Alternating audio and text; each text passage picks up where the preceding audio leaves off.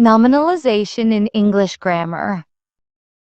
Hello everyone and welcome back to our YouTube channel, Grammar with Altaf. I'm Ikra, and I'm so excited to be with you today.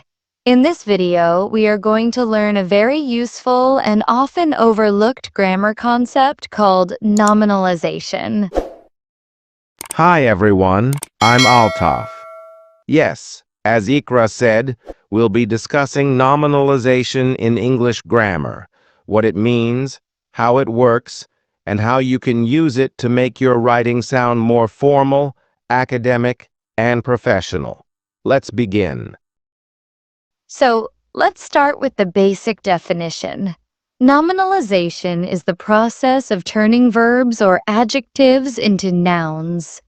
This is very common in academic writing, legal documents, and formal reports. For example, instead of saying she decided to leave, we can say she made a decision to leave. See the change? Decided becomes decision. Exactly. In simple words, nominalization means changing a word so that it acts like a noun. It helps in shifting the focus from actions or descriptions to concepts, things, or events. Let's take another example. The verb fail becomes the noun failure. Instead of saying he failed the exam, we can say his failure in the exam surprised everyone. Now let's talk about why we use nominalization. The first reason is formality. When we use nominalized forms, our writing sounds more formal and structured. That's why it is often used in academic and official writing. For example, the government decided to act becomes the government made a decision to take action. Doesn't that sound more formal? Yes, absolutely. Another reason is to focus on ideas or results rather than actions. Let's say, the manager explained the process clearly. This can be changed to, the manager's explanation of the process was clear. Here we shift the focus from the action explained to the result explanation. Great point. Now let's look at how to form nominalizations. There are some common patterns.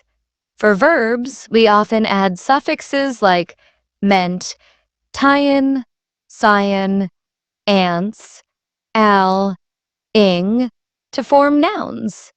For example, achieve, achievement, inform, information, decide, decision, perform, performance, arrive, arrival, fail, failing or failure. Very well explained, Ikra. And for adjectives, we use suffixes like ness, ity, psi, dom.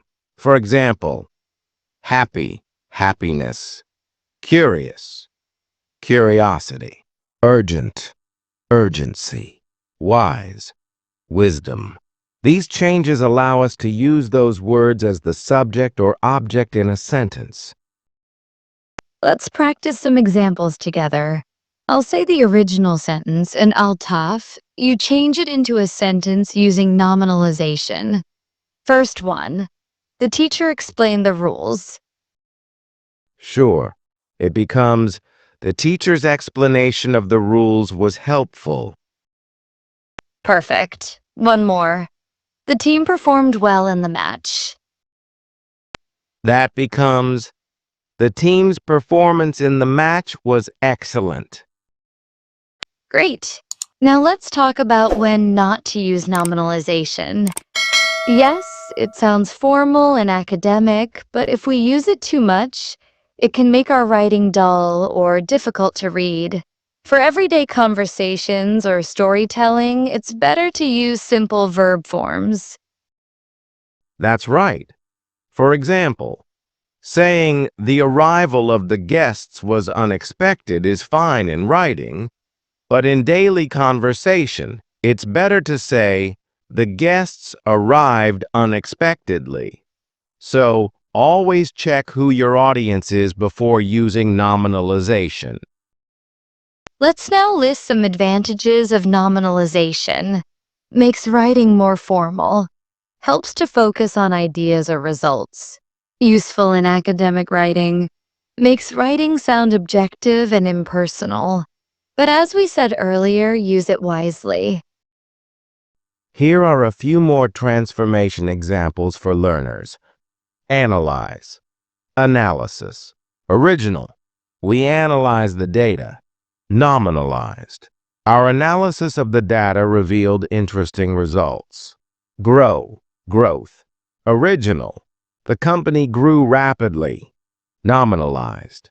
The company's rapid growth surprised everyone. Strong. Strength. Original. She is strong in math. Nominalized. Her strength in math is impressive. Now let's try something fun. Altaf. I'll give you a verb or adjective, and you change it into a noun using nominalization. Ready? Ready. First word. Decide. Decision. Great. Next, informe. Information. Next, happy. Happiness. Last one. Fail. Failure. Well done. Now, for our viewers, try this little quiz in the comments. What is the noun form of develop?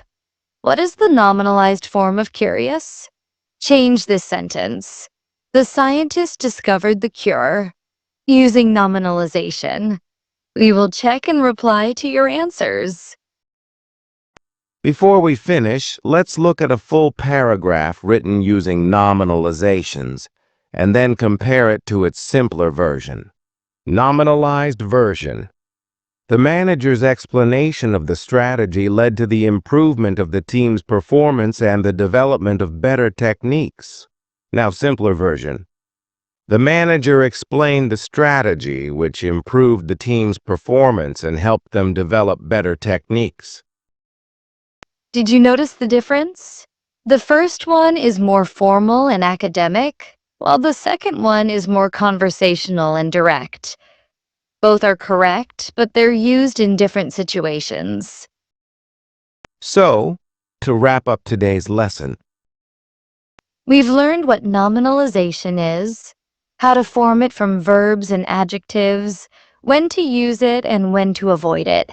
We also gave you examples, quizzes, and comparisons.